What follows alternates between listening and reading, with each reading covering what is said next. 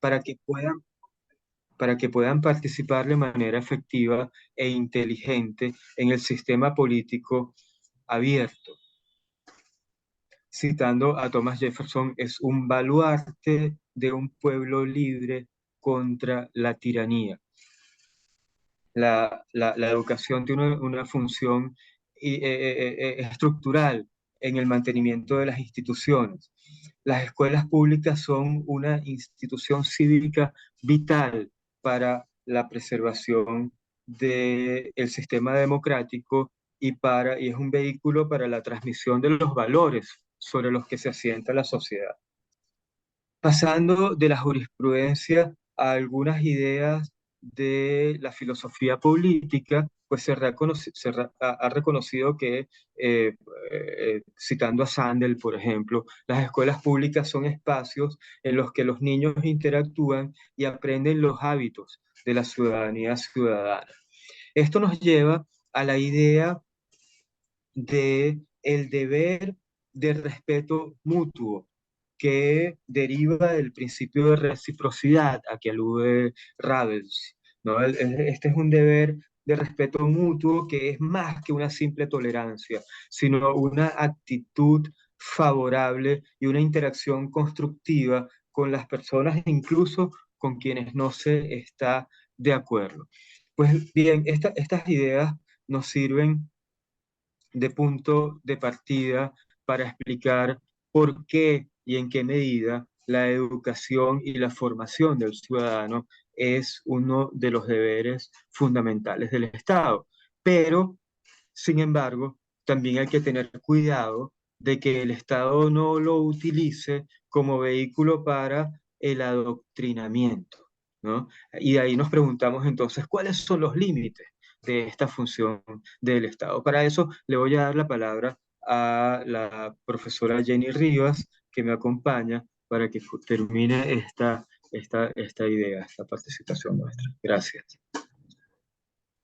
Bien, muchas gracias al profesor Alexander Espinosa, quien efectivamente acaba de hacer toda esta introducción histórica y de la importancia además de esto que pudiera llamarse la educación cívica o la educación, la formación en valores, en principios y en valores democráticos, porque es incuestionable que hoy en día enseñar temas sobre educación cívica, sobre sexualidad, sobre diversidad sexual, sobre género, plantea una serie de cuestionamientos sobre el papel del Estado en la educación. La libertad de enseñanza, el derecho preferente de los padres respecto de la educación de sus hijos, la neutralidad del Estado en la educación. La diferencia evidente entre enseñar y adoctrinar, la necesaria protección del pluralismo ideológico en la educación, entre muchos otros temas de importancia y de actualidad. Dada, entre otras cosas, el debate evidente en atención a los diferentes derechos, los bienes y los valores constitucionales que hacen juego dentro de este debate.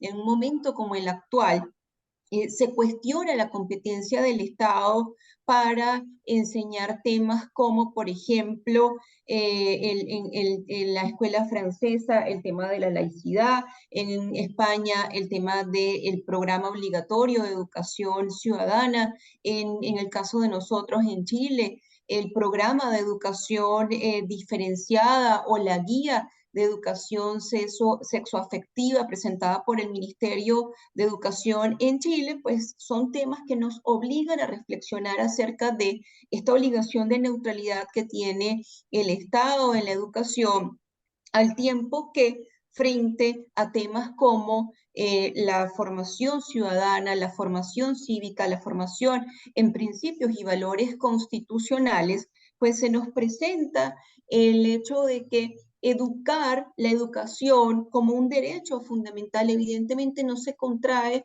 a un proceso de mera transmisión de conocimientos, sino que con este proceso educativo se aspira a que el individuo pueda posibilitarse el libre desarrollo de su personalidad, las capacidades del estudiante para comprender su rol dentro de la sociedad, para tener una participación activa, llamado básicamente a formar ciudadanos responsables que participen dentro de cada uno de esos procesos que son esenciales dentro de la democracia en el marco de una sociedad plural.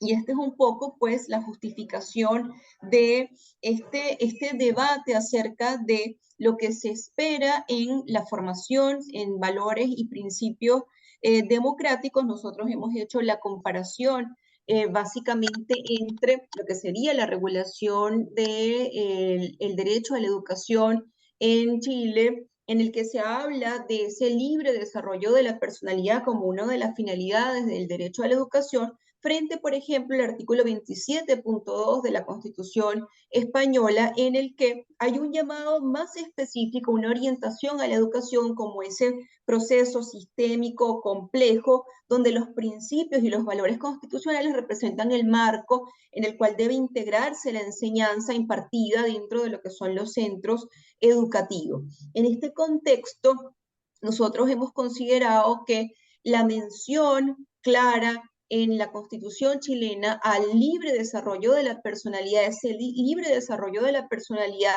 hace referencia, entre otros aspectos, a un individuo que en el marco de una sociedad plural es capaz, formada e informadamente, de participar en los procesos políticos.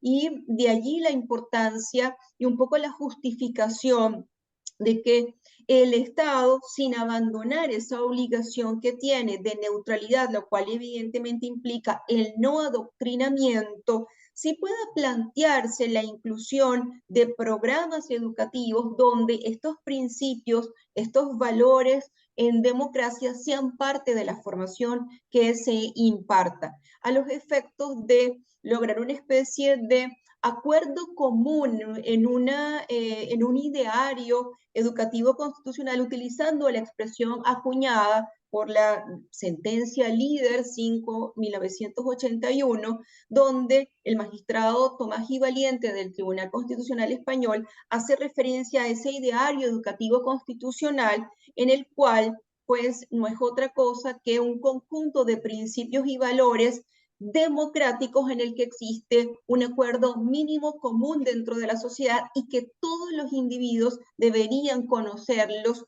no necesariamente compartirlos, pero sí formar parte de una base común que permita un debate libre y plural en sociedad. Muchas veces damos por hecho la democracia, muchas veces damos por hecho la estabilidad en la democracia, y el nombre de esta mesa de trabajo que hoy nos acompaña nos hace reflexionar acerca de la necesidad de estar todo el tiempo un poco haciendo un trabajo por destacar la importancia de proteger y de mantener lo que es la democracia, pues no es todo está dado por hecho, no todo está escrito ya. Entonces, un poco la idea de por qué se justifica esta excepción a esa neutralidad del Estado en la educación en la medida en la que estamos incorporando, cuando hablamos de esta educación cívica, esta educación ciudadana, estamos frente a una formación en la que están incluidos, están involucrados valores y por lo tanto, por supuesto que allí se abre ese debate frente a ese deber de neutralidad que normalmente se exige del Estado. En este caso, esa justificación estaría en la importancia de mantener un debate importante acerca de lo que son los principios estructurales del Estado de Derecho, el papel relevante de los derechos humanos y los mecanismos de participación democrática que significan y cómo un individuo, repito, formado e informado debidamente, pues debe participar. Evidentemente, esto también trae una serie de necesarios debates desde el punto de vista también jurídico, en los que temas como la libertad de enseñanza, el tema de los centros educativos privados y esa protección de la libertad de enseñanza, que también está dentro de la Constitución, en el que, entre otros aspectos, se tiene derecho a la protección también de un ideario propio del centro educativo, siempre dentro del marco constitucional, es otro de ese tema en discusión, al tiempo que el derecho preferente de los padres en la educación, lo cual implica también los principios, los valores y los contenidos que son o que reciben los hijos representados, pupilos, dentro de las escuelas, ¿no? Entonces, por supuesto, son temas allí en los que hay que ponderar, en los que hay que calibrar esa neutralidad del Estado, la obligación que tiene el Estado de que ese proceso educativo sea un proceso que vaya más allá de la simple instrucción de conocimiento, sino que cree que permita el desarrollo de un individuo formado en distintos aspectos con pensamiento crítico que pueda participar activamente en la sociedad, y al tiempo que también la protección pues de la libertad de enseñanza. En este sentido, para nosotros, uno de esos aspectos que es destacable es que cualquier intervención que haga el Estado diseñando programas que tengan o que puedan tener algún contenido en lo valórico, siempre debe tener como límite cualquier forma de adoctrinamiento y evidentemente con ello toda intención autoritaria que sea contraria al propio principio democrático, a las propias garantías que nos ofrece la democracia y el Estado de Derecho. Pues la educación como un derecho fundamental debe en sí mismo tener como base pues que sea una educación donde ese principio del pluralismo sea una de las bases dentro del propio marco constitucional. Son un poco las reflexiones que nosotros hemos formulado y que todavía se encuentran en trabajo, pues uno de los pasos siguientes que debe darse luego de trabajar temas en cuanto a la formación cívica, a ese involucramiento del Estado en los programas, asignando un programa, una asignatura obligatoria o no, dependiendo, tomando en consideración también el momento, el tiempo, el tipo de estudiantes en el sentido de la edad a la que se le instruya en estos temas, y que pasa también luego, una vez que tenemos estas bases teóricas, por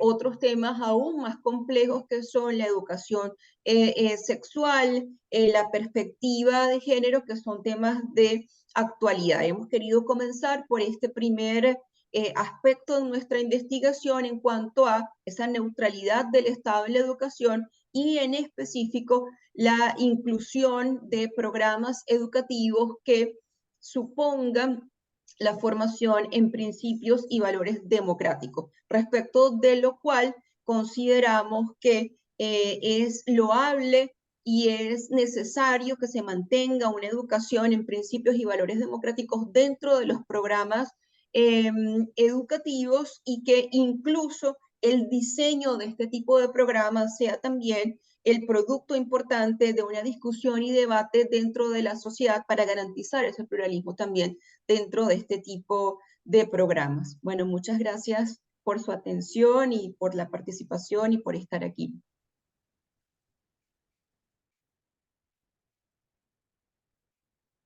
¿Preguntas? Sí. A Alexander y Jenny. Nosotros tenemos una discusión en Chile, no sé si pudieron también analizarla dentro del análisis que hicieron de nuestra Constitución, acerca de asegurar la libertad de educación, pero no el derecho a la educación.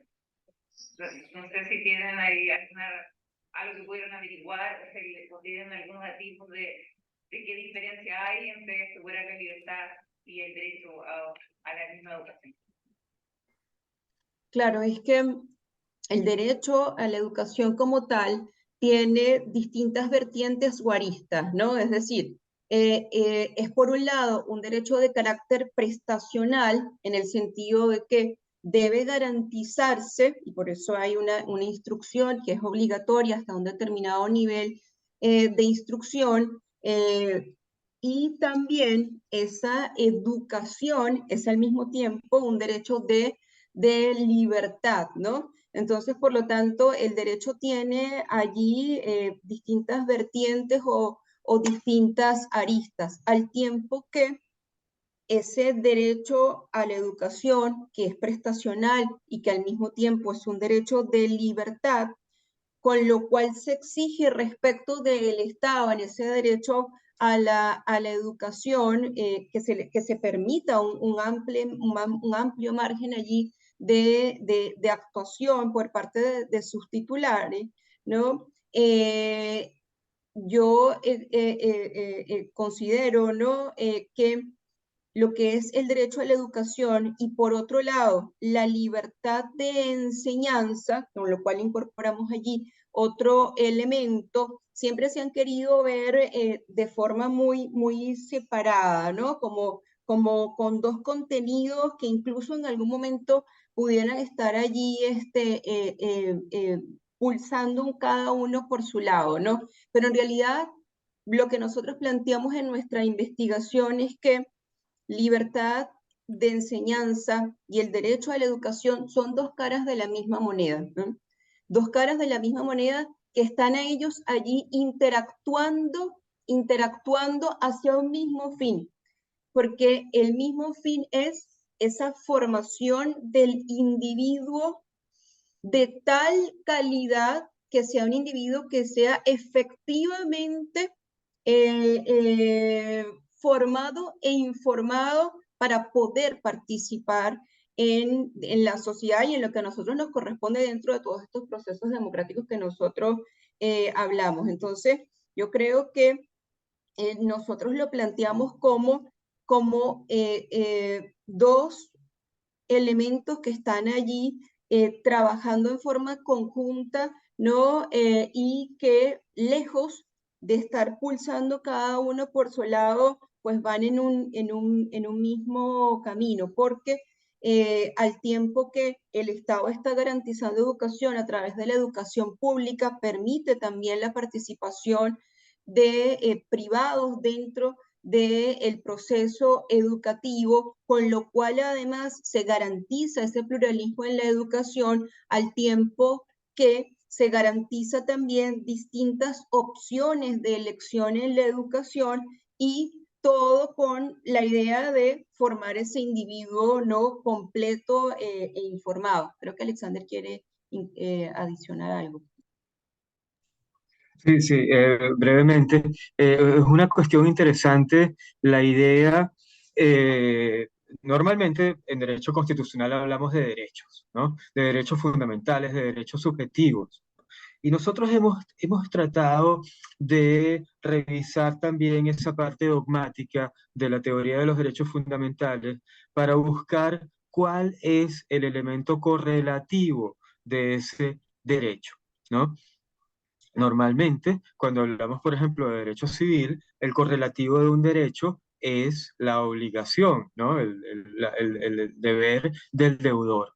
Pues bien, cuál es el correlativo del derecho a la educación o de cualquier derecho fundamental? Normalmente hablamos de los deberes del Estado, ¿no? Entonces, el correlativo de la libertad se dice normalmente que es el deber del Estado de abstenerse de intervenir, mientras que el correlativo del derecho prestacional es el deber del Estado de ofrecer ese servicio o esa prestación, ¿no? Sin embargo, detrás de ese deber del Estado hay algo todavía bien importante, que es que el Estado no es más que un intermediario.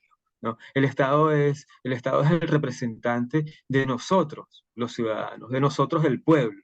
¿No? Entonces, siendo el Estado simplemente un intermediario, una asociación que representa a todos sus miembros, entonces lo que está detrás del deber correlativo del derecho a la educación es el deber ciudadano, ¿no? El deber de todos los ciudadanos. Tengo una cita por acá de un autor norteamericano, Feinberg, que dice lo siguiente: cada persona, y él lo da como un ejemplo de lo que sería esto que llamamos intereses públicos, ¿no? O los deberes que derivan de los intereses públicos. Y casualmente su ejemplo, a pesar de que su artículo se dedica a la eutanasia, su ejemplo se refiere a la educación. Dice lo siguiente: cada persona tiene derecho a que todos los demás sean educados. Y en virtud del derecho que los demás tienen de que él sea educado, él mismo tiene el deber de asistir a la escuela. Entonces aquí en este ejemplo, o en esta fórmula que da Feinberg, pues vemos que el elemento correlativo que tiene ese derecho es el deber ciudadano, ¿no? Entonces, por eso hablamos al mismo tiempo y es una discusión que a lo mejor en los años 80 pues era más fuerte y hoy se ha olvidado mucho de hablar de deberes constitucionales o deberes correlativos a los derechos fundamentales, ¿no? Pues este es un deber prima facie de todo ciudadano. Es como cuando hablamos del principio de reciprocidad o el principio de respeto mutuo, pues el derecho que tiene todo ciudadano de ser tratado igual corresponde con el deber de todo ciudadano de tratar a los demás de una forma respetuosa como ser humano, ¿no? Reconociendo su calidad de miembro de la sociedad.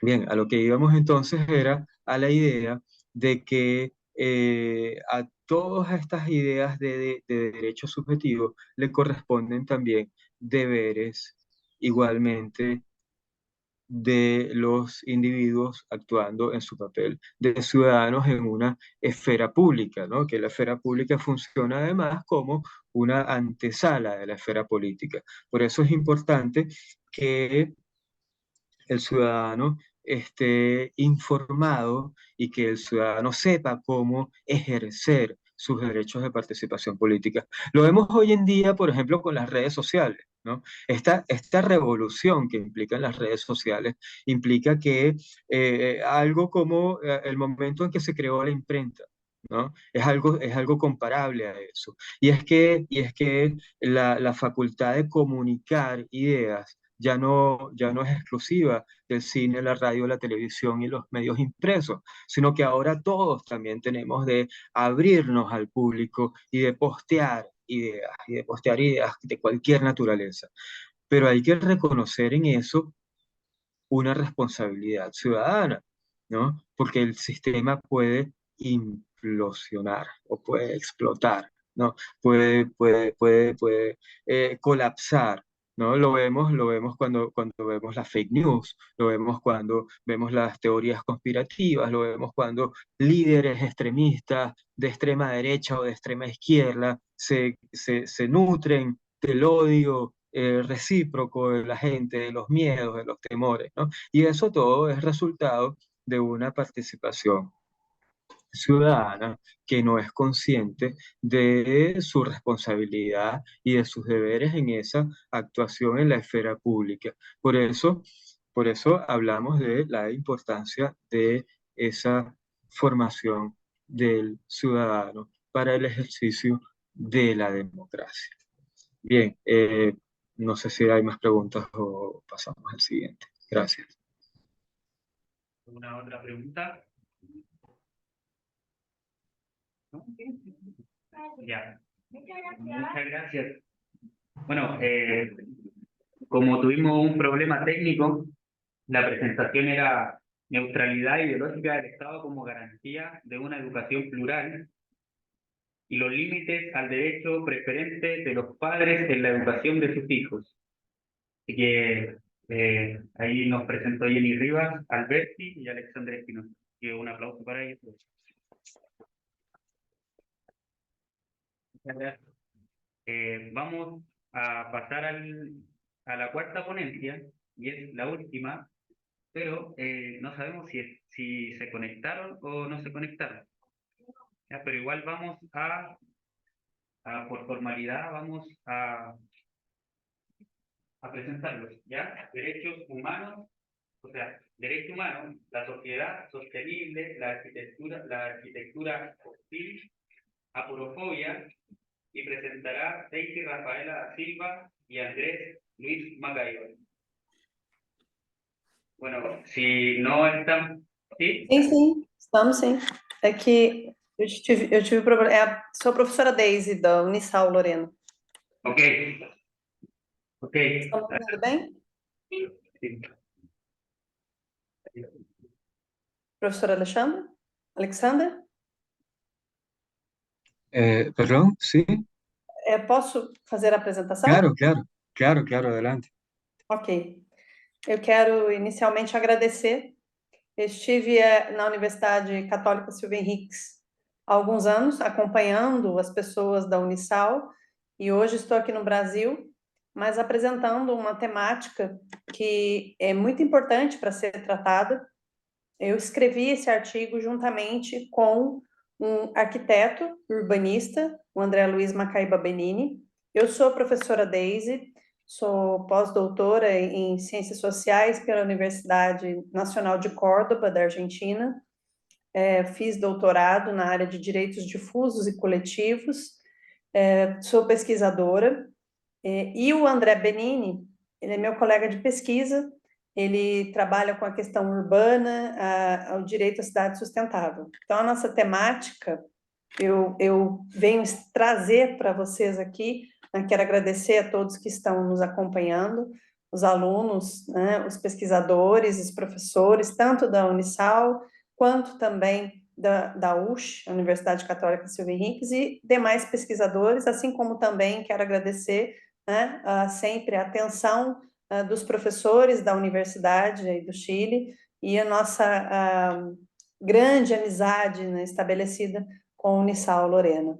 Essa temática é muito importante para ser tratada porque a aporofobia eu vou apresentar para vocês, é um neologismo que foi criado pela filósofa espanhola Adela Cortina.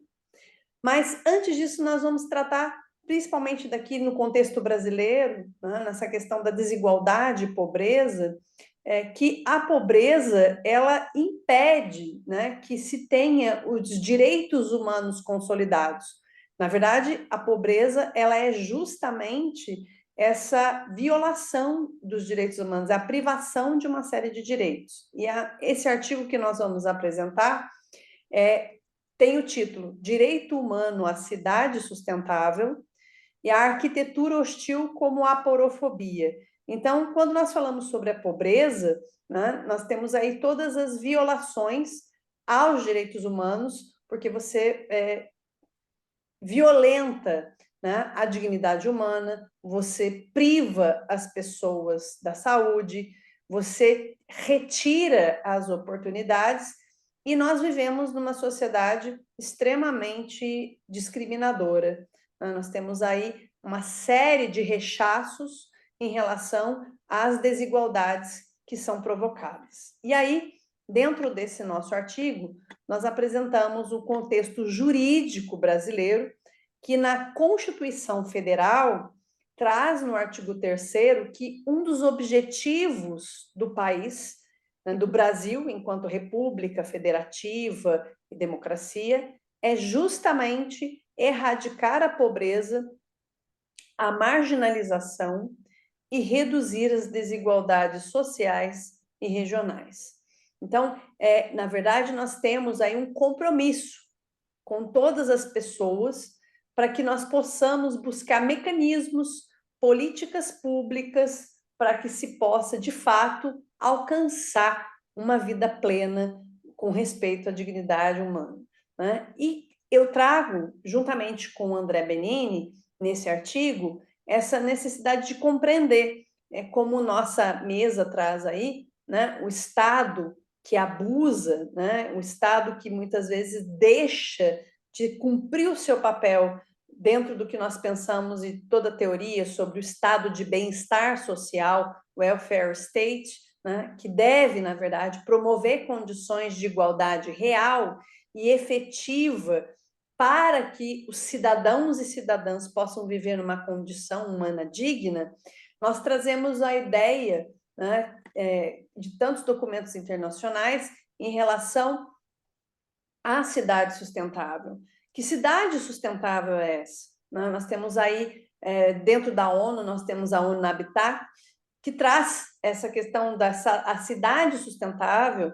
É uma cidade com condições de saneamento básico, uma cidade que tenha condições de sustentabilidade ambiental, protegendo também fauna, flora, que respeite a condição de saúde também, fornecendo recursos hídricos, protegendo contra qualquer acúmulo de resíduos. Nós temos aí a disposição das habitações, dentre outras questões. E aí, nós trazemos, para que nós possamos entender essa questão do título do nosso artigo, né? A ideia principal é a arquitetura hostil como aporofobia.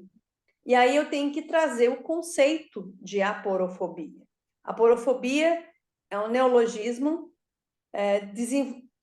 desenvolvido pela filósofa espanhola Adela Cortina, professora de filosofia moral na Universidade de Valença, que em 2017 essa palavra foi eleita a palavra do ano na Espanha, que é o conceito que foi desenvolvido para ressaltar, né, o rechaço sistêmico da pobreza e das pessoas sem condições econômicas.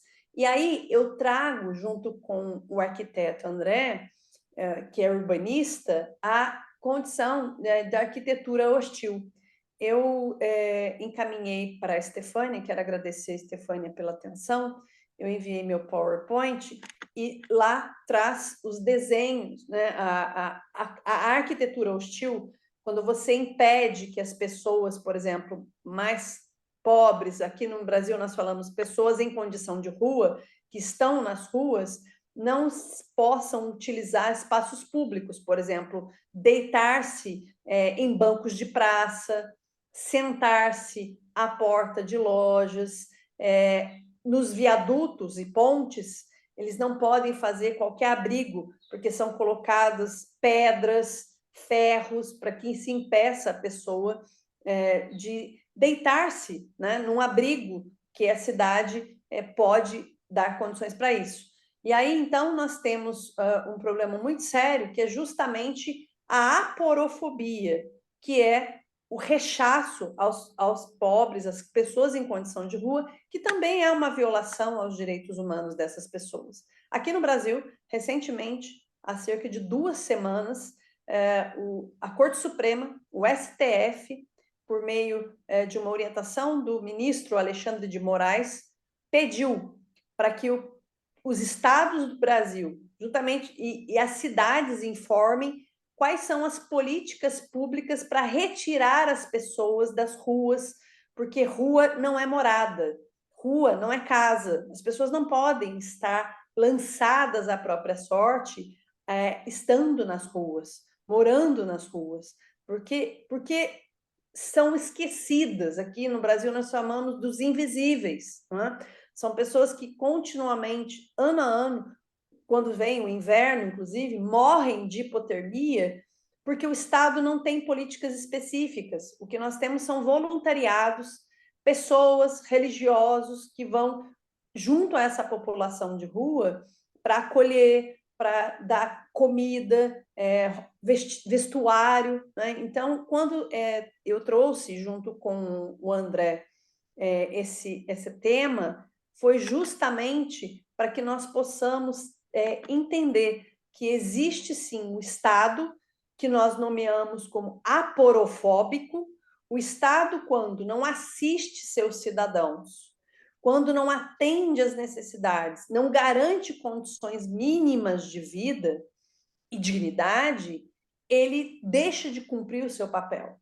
E trazendo esse novo conceito, essa nova palavra que foi feita, né, foi cunhada pela filósofa espanhola Adela Cortina, da Universidade de Valência, lá na Espanha, nós trazemos a discussão, né, que a arquitetura, essa arquitetura que impede que a pessoa esteja deitada num banco da praça, que ela esteja abrigada embaixo de uma ponte, embora não seja o lugar que elas devam estar, mas é nomeada como arquitetura hostil. É uma arquitetura que quer tirar a pessoa daquela área pública, né? Então, para que serve a cidade? Se existem vários documentos internacionais, inclusive, né, que nós temos o direito humano à cidade sustentável, de modo que o gestor público ele tem que buscar mecanismos para atuar e garantir a vida humana para que todos possam aí, né, ter condições de vida com dignidade. Então, o nosso trabalho aqui veio justamente para dar essa condição para que nós possamos, de fato, buscar mecanismos de garantir o direito à vida. Então, nós estamos aí nessa condição fundamental, né, que nós temos que trazer formas de garantia à saúde, à vida, à dignidade humana e trazendo a discussão dentro desse contexto histórico e questionando qual de fato é o papel do Estado.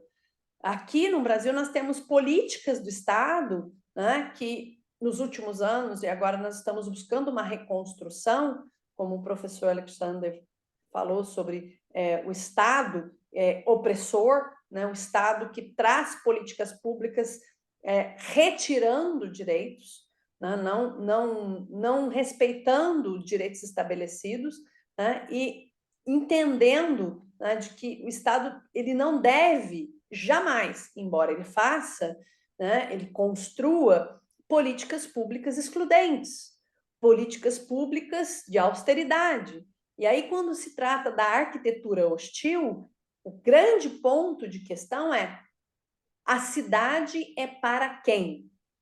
O direito à cidade sustentável é para quem?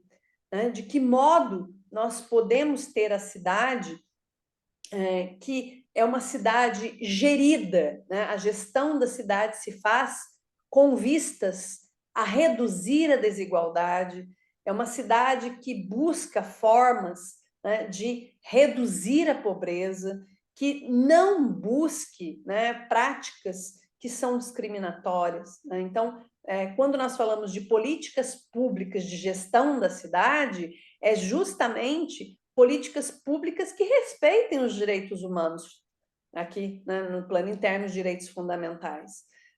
O gestor urbano ele tem que pensar na cidade para todos e quaisquer cidadãos. Nós não queremos uma cidade excludente, né? Aqui no Brasil nós temos uma situação muito grave, que é a retirada de pessoas que estão miseráveis nas ruas, colocam elas em autobus, em ônibus e levam para outras cidades, levando o problema para outro espaço territorial e não fazendo a devida gestão pública. Não é? Então, quando nós falamos da desigualdade, existem vários textos, inclusive, dentro das pesquisas que nós realizamos, né? E tem até teóricos franceses que falam: por que preferimos a desigualdade? Porque a cidade é excludente. Vocês caminhando pelas ruas do Chile, né, eu tive a oportunidade de conhecer Santiago, estive aí, vi a limpeza da cidade, a forma como a cidade se organiza, mas existem pessoas numa situação de miséria, existem pessoas empobrecidas, e de que maneira, quais são os programas para a retirada dessas pessoas das ruas? E até pergunto a vocês aí, né, no Chile, existe arquitetura hostil? Arquitetura que não quer o miserável encostado sobre uma ponte, deitado num banco da praça? Né? Então, quando nós pensamos sobre essa temática, e é um artigo que é muito interessante, e agradeço por vocês terem selecionado ele para apresentar, né? A arquitetura hostil é uma violação aos direitos humanos. Então, nós trazemos, né, essas reflexões no nosso texto para que nós possamos aí compreender, né, lançar os olhos para algo que pode ser para vocês, até um certo tempo para mim também era, né, invisível, né, mas a construção de formas que expulsem as pessoas de determinados lugares é uma violação também aos direitos humanos. Quero agradecê-los. Muito obrigada. Professora Jenny, professor Alexander, são essas as minhas considerações. Obrigada pela atenção.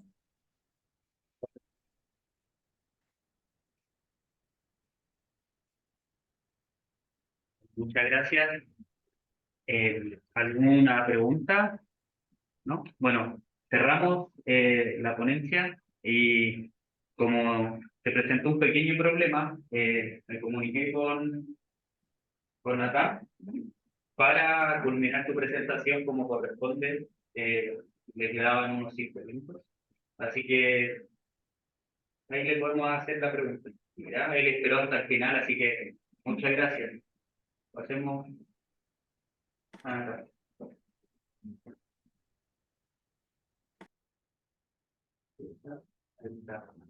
Ya Natán. Sí, había una pregunta. Una pregunta. ¿Me escucha? Así, esta.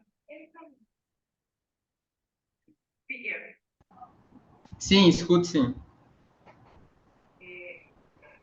Dentro de esa clasificación que hiciste de democracias, ¿cómo tú calificarías el gobierno del expresidente Jair Bolsonaro?